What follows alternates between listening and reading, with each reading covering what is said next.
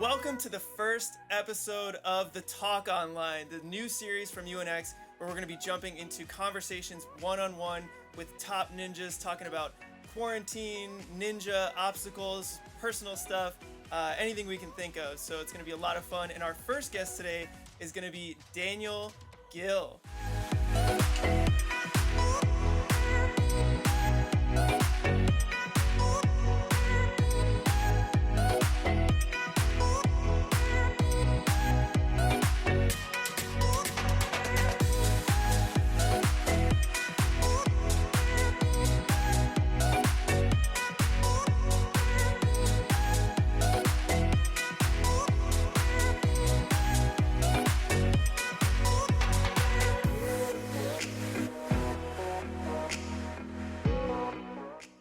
Daniel, what's going on?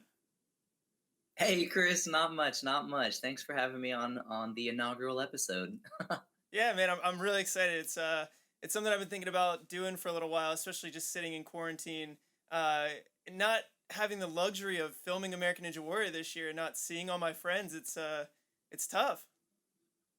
Yes, yes, it is. It's been quite the ordeal the last I guess close to coming on 2 months now, but just another season of life, craziness going on. Give me a lot of time to kind of recalibrate and refocus and reprioritize or reorganize things in my life. So trying to look for the silver lining and make the most out of what's been going on recently in our country, in the world. Yeah, I feel like that's the important part is finding the silver lining, and I've heard a lot of awesome stories of like families who are just getting more time to spend with their kids, and just hmm people coming together, which I think is the silver lining side of it. Obviously, there are bad sides to it, but what have you guys been up to in quarantine? Thankfully, over the last 6 years of competing and doing Ninja Warrior, I've accumulated a lot of at-home training gear. So training is still going on, just like always, but instead of at the gym, it's at home or running outside. Still training hard, just in case Ninja Warrior expedites some kind of filming thing later this summer, which is still a possibility that I'm crossing my fingers and saying a prayer for. I'm so excited that you're here because one of the things that I can't wait to show is this video, which I watch all the time. Me and Jesse go back to it so often. Oh my gosh.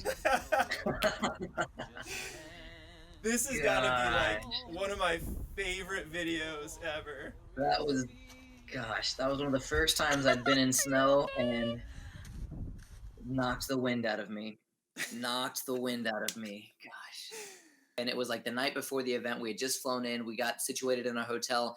I was like, Abby, there's snow outside. We need to go outside. Like neither she nor I have ever really had any type of events in like a snow filled area. So I was like, Yeah. let's just go out on the roof before the competition starts tomorrow, and let's just go play in the snow. I was like, break out the camera, let's see what happens. And song popped in my head, and I was like, let's spin around the pole.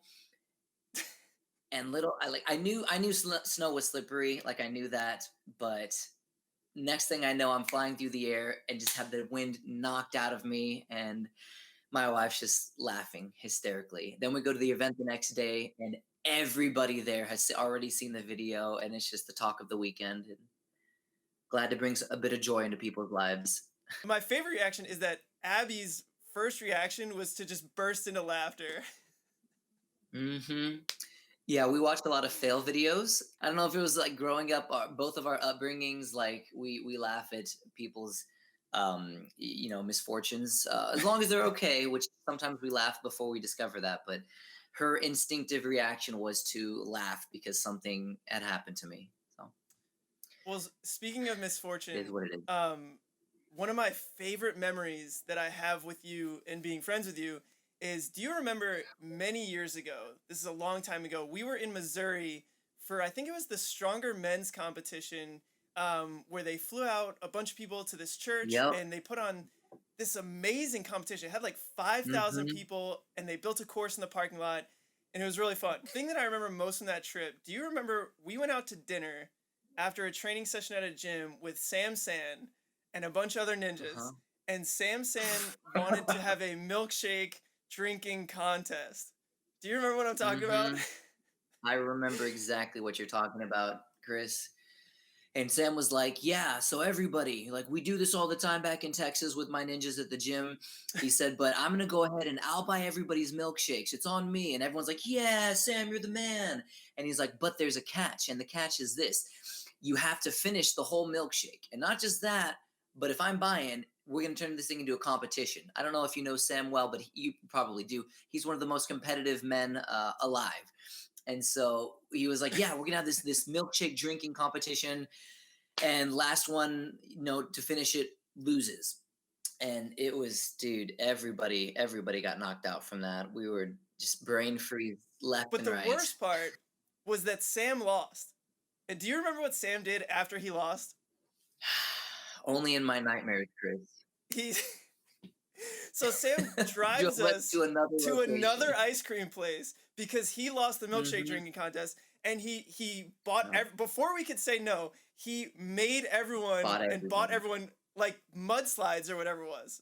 It was Oh like a yeah, no, it mud. was like custard at that point. It went from milkshakes to custard. I was like, "Congratulations, Sam. You've officially traumatized me for the rest of my life in my love for both milkshakes and frozen custard." Like, congratulations, Sam. A question I want to ask you was, I know this is a question that I get all the time, but I honestly don't know for a Mhm. lot of my friends what it is. Like, so how did you start Ninja? Man, that's a good one. I get asked that all the time, and I get to share that all the time. It's funny because uh, a little backstory: like, I was an athlete my whole life. I was the monkey boy in my family of five kids. Like, I'm the crazy child. Got myself in tons of trouble. Climbed on everything. Played almost every sport possible growing up, and just loved climbing on things. I remember watching Ninja Warrior, of course, like most ninjas of the day and age. I watched the old original Japanese Sasuke growing up and was like, that would be awesome. That's what I want to do. In high school, I got into theater, singing, dancing, performing in visual arts. I thought I was going to go to Broadway, and had a few invitations to start, my journey towards that. Then graduated high school and was like, okay, before I, go to any college or pursue anything like that, I'm going to do it like a 2 year ministry school. So I did a 2 year ministry school here in Houston and got to travel the world. And I'm a worship leader too. So I play guitar and sing. And so I got to travel the world, go to places like Bulgaria, Rome, Italy, Japan, Indonesia, Honduras. And I fell in love with ministry across the world. And I was like, well, maybe I'll do this for the rest of my life, become a pastor or a worshiper or even like a missionary overseas. Like, I'm not opposed to that. And during that season of my life when I was like committed to whatever doors of opportunity opened to me, the job that I had answering telephones for a fencing company ended abruptly. And I was like, well, okay, this sucks. I've got bills. I got phone bills. I got gas I need to pay, like car bills. And so I was like, well, Lord, okay, I'll send out a resume. I'm looking for, a job, anything to pay the bills. I was like, but God, like, I'm going to believe for a good spot, place where I can, have him impact and work with young people, maybe. And a friend of mine at my church told me about this gym that he worked at. And I was like, well, too bad for you. I don't do things in gyms. I don't lift weights. All I do is calisthenics, like body weight exercises, push-ups, pull-ups, running, climbing, all that stuff. I said I don't lift weights. So I don't want to work at a gym. And he was like, well, that's fine. Like, it's not a regular gym anyways. It's an obstacle course gym. And this was about coming up on 8 years now. This was when I was like 19 years old. And I said, well, what do you mean obstacle course gym? And he said, well, have you ever seen that show American Ninja Warrior?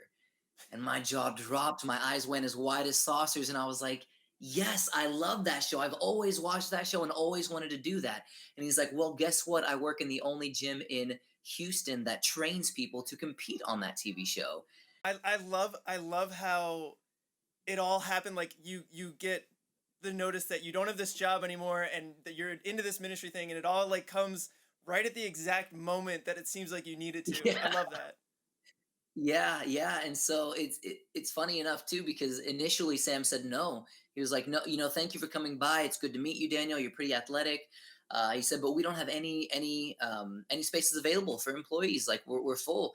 He said, "But I'd love to see you in classes so I can get to know you better, and then we love to hire people that we know." And I was like, "That makes sense. Okay." but I still need a job. So here's my resume. I'll call sometime next weekend and we'll see if we can work this out. I open the door to leave and someone runs up behind me and grabs me by the shoulder and says, "Hey, I heard you talking to my boss, Sam, about wanting a job here." And I'm like, "Yeah, no, I didn't even know this place existed. And I've grown up in Houston my whole life." And he's like, "Well, here's the thing. I haven't told my boss this yet, but I'm about to move away to my home state in another state.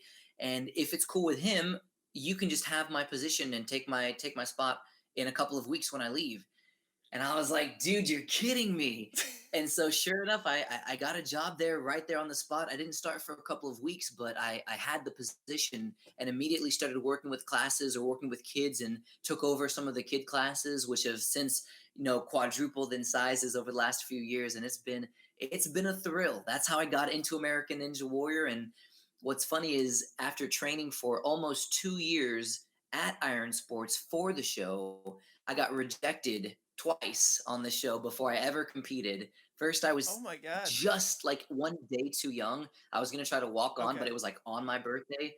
So I was like, I might as well just try to do this walk, try to do the testing. So I tested my first uh, attempt at getting on the show in season 6. I tested in Dallas and then got to test in Vegas. And then season 7, I sent in a video, didn't get selected with that video, joined the walk online here in Jeez. Houston, and after waiting outside for a week, got my shot, and the rest has been history. I did not realize that your career started on the walk on line. Yep, 100%. That is insane. Okay, well, that's a perfect segue to the next thing that I wanted to talk to you about was, going from the walk online and these like humble beginnings. One thing that Hmm. I want to talk to you about was this past year on American Ninja Warrior, you achieved something that like few ever achieve, and I remember sitting there just watching you walk up to stage 4, walk up to the rope. You've got the harness on, you're getting clipped in, and that moment of Hmm. you standing there with your hand up on the rope and like waiting for the buzzer, it's about to happen. What did that feel like? I guess the most honest way I can describe it, Chris, is that it was like a bittersweet dream come true. Because on the one hand, like every other competitor on Ninja Warrior, it was the dream to stand there holding that rope, to know that you're facing Mount Midoriyama, and if you climb this rope fast enough, you're walking away with $1 million. So it was in that regard, it was incredible. I mean, I felt like I was on cloud 9. However, it was also bittersweet because just shortly before that, I had finished running stage 3, which, I mean, in Vegas, they filmed the stages back to back to back in case people didn't realize that. Like, they film all of those episodes within a very short couple of days. So I had just finished running stage 3 and then had to move to stage 4. So on the one hand, I'm like, yes, I've made it. This is a dream come true. I'm taking on Mount Midoriyama. But on the other hand, my arms are throbbing, and I'm like, it's like my arms are throbbing. It's late at night. I've already run a course.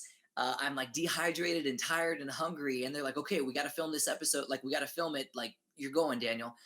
And in my mind, I'm thinking, I just need some more time. I just need a little bit more rest. Like, I can still barely feel my hands. And so there were conflicting emotions, conflicting Mm. thoughts in just my head and in my heart. But at the end of the day, I was like, well, God, like, this is my dream, and I'm going to make the absolute most out of this. And it's funny because for me, especially like still being a worship leader at my church, I'm thinking about myself all these different like Bible stories. I'm like, okay, God, like there was that guy named Samson that you gave him supernatural strength. So if you do that with him, you can give me supernatural strength if you need me to win this thing. Or there was that guy named Elijah who got supernatural speed and like outran a chariot at one point. So I'm like, okay, God, like if you need me to hit that buzzer, like I know that all things are possible. I said, but if not, I'm just gonna give it my absolute everything, and win or lose. If I lose, like I'll lose to Drew, and there's no other ninja more deserving than Drew in like all of ninja universe. I said, so either way, like this is a huge accomplishment that I will never forget and I will never take for granted. So when I got to the top, or when I hit my wall at the top, I was like, dang it, dang it, dang it. This was not the plan. But getting up at the top, I was like, well, like this is part of the experience. And if I got there once, and which what I'm holding on to now is the fact that I got there once, and if I did that once, I fully believe I can get there again, and it'll make that much more of a comeback story if and when that happens. After you hit stage 3 buzzer, it's one of the greatest accomplishments in this sport. Um, how long did you let yourself celebrate before you started to get either excited or nervous about stage 4? Who? Um, I celebrated immediately because everything was going according to plan. And, like, everything was falling into place, and I was like, "This is it! Like, this is the year! Like, I've already gone further than I've ever gone, and then I'm only one of two people to complete this far." And so I celebrated, did the interview, continued to celebrate, and it wasn't until they came up to me afterward, like right after my interview for stage 3, and they said, "Hey, here's the thing. First off, great job, Daniel. You and Drew are the only two going to stage 4. But here's the thing: we're behind schedule. We need to go. We've already moved the audience. We've already moved all the cameras. We need to go get you fitted for your harness." And we know it's only been like 10, 15 minutes, but we need to start moving over that direction, and we need to film this thing because in a few hours we're going to film USA versus the world tonight also. And I'm like, oh my gosh, this is so. Then panic started to set in a little bit, and I thought, oh my Oh, gosh, okay, I've got stage 4, and then I'm pretty sure it's a guaranteed that Drew and I will be on USA versus the world. Just because we're the only two to make it this far. So now I have to how could you mentally not be? prepare for not only stage 4, but USA versus the world. And I'm so tired and exhausted, but stay in the zone, stay focused, because take it one thing at a time. And that's when it started to really kind of feel more of a, I guess, a pressure, because then everywhere I looked, everyone's just yelling and excited and like, Daniel, you and Drew, like you guys have done it, like climb that mountain, good luck, we're cheering for both of you. And then just the heart was pounding out of my chest nonstop. But Yeah. comes with the That was territory, I guess, doing something you've never done before on national television. that was a hard night, even for me, and I don't want to be the victim here, but having to watch you and Drew both climb this rope and knowing that only one of you could win is like heartbreaking. At the end of the day, and what I tell people oftentimes, whether you're a competitor on Ninja Warrior or an athlete in another sport, or a student studying for like a finals, a lot of finals weeks are coming up this week. I tell people, like, you give it absolutely everything you got. You train or you study, you prepare as hard as you can, and then when you're out there doing it, like, you perform or compete in a way to where you leave everything out there, everything on the course or everything in the study or on the test. And then once it's done, like, it's done, move on. Like, Mhm. you can't go back and change it. The best you can do is learn from any mistakes that you made or learn from anything that you discovered after the fact. So for me, I've modified my training coming into this, hopefully this next season, if we get a season 12 this year. But once it was done, I look back at it and I take the good out of it. I take away the fact that I made it to stage 4. I got there. It was an incredible experience that I will never forget. And I had so many people backing me up, cheering me on, and sending me messages afterward and since, just, about the inspiration of me, Drew, and anybody competing well on the show. And now I'm just looking back, learning from it, and focusing ahead towards the future. But yeah, Daniel, thank you so much for doing this and kind of taking time out of your day. It's been really Absolutely. sad for me not to hang out and see my ninja friends. Yeah, 100%, Chris. Thank you so much for having me. And, once we get through this whole pandemic situation, crisis, like, I want to get back to Ninja. I want to get back to seeing you guys, to seeing whatever the show pulls out this year. And then hopefully season 2 of UNX, getting out there and competing on what, in my opinion, is the most technically challenging course in all of the Ninja Warrior world. So I'm stoked. Again, thank you for having me. Give my regards to all of the Chicago Ninjas, and we'll stay in touch, brother. Yeah, definitely. Thank you so much, Daniel. Really appreciate it. Absolutely. Take care, Ninjas.